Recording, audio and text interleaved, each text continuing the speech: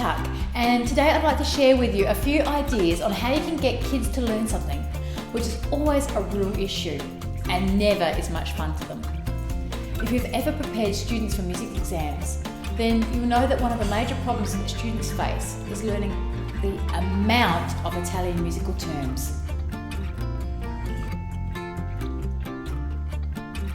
Italian is the international language for music, and knowing the correct meaning of andante, allegro, and sforzando is very important, no matter what style of music your students play.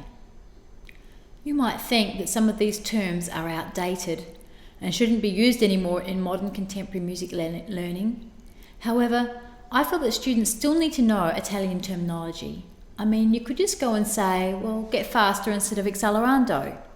The problem is that faster doesn't always give the full story, does it? Does it mean faster immediately or gradually becoming faster? If we're really going to teach music, then I believe that we must instill in the children the need to know their Italian terms properly so that we can communicate well with other musicians and understand what is written by composers on the page worldwide. Okay, so that's my lecture for the day. Enough on the importance of knowing real Italian terms. Just how can we make this fun though? I'm sure you all remember reciting times tables in primary school, and that is hardly going to make this fun, is it? Just imagine making students recite 10 times. Andante means an easy walking pace. Andante means an easy walking pace.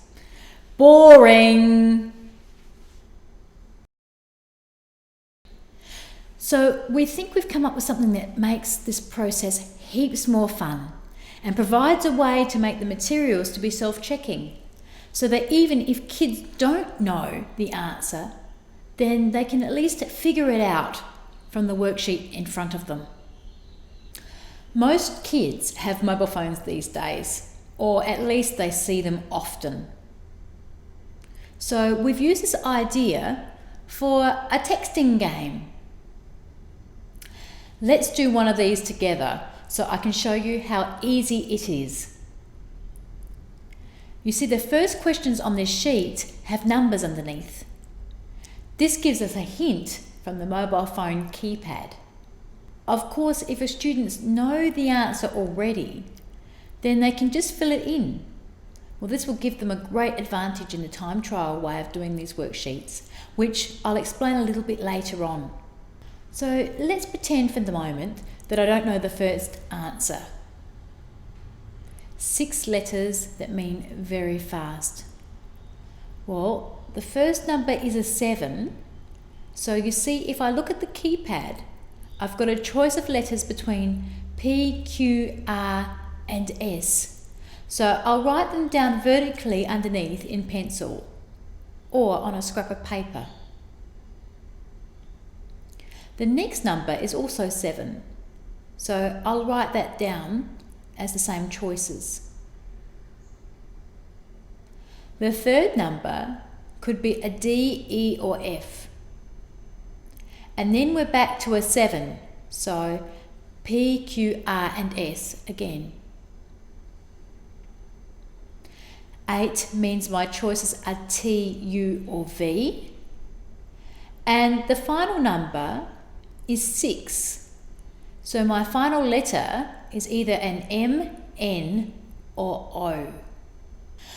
By looking at the answers which I vertically wrote down on my scrap of paper or underneath, I can pretty easily circle letters which I think it might be, and I can deduce that the answer for this first one means very fast is presto.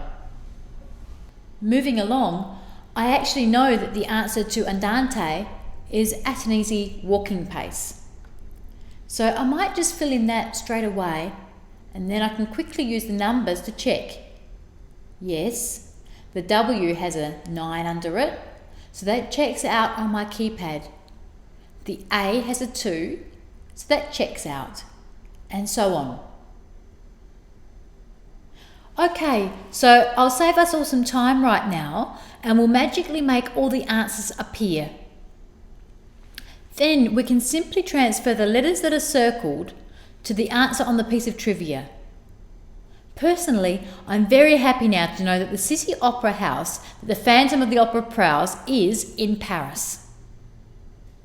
Because this is a game of knowledge and deduction from knowledge which they know, but is buried somewhere deep inside their heads, this is a great worksheet to do as a race or a time trial. That way students will be rewarded by winning if they know the answers and don't have to use the code breaker. You could even set up teams and have them take on each other in the race to complete. This will take them from something which is dreaded to something which is great fun, and they'll ask to do it time and time again. In the musical terms for the digital age module, there are 4 levels available, each with 2 worksheets. And by level 4, they're getting up to quite advanced terms that are often required for theory assessments. So have a great day, and don't forget to go to our website and download your copy of the worksheet that I've just demonstrated. You can also look up classroom music worksheets on Google, and you'll find a whole range of fun worksheets for teaching music theory in the classroom.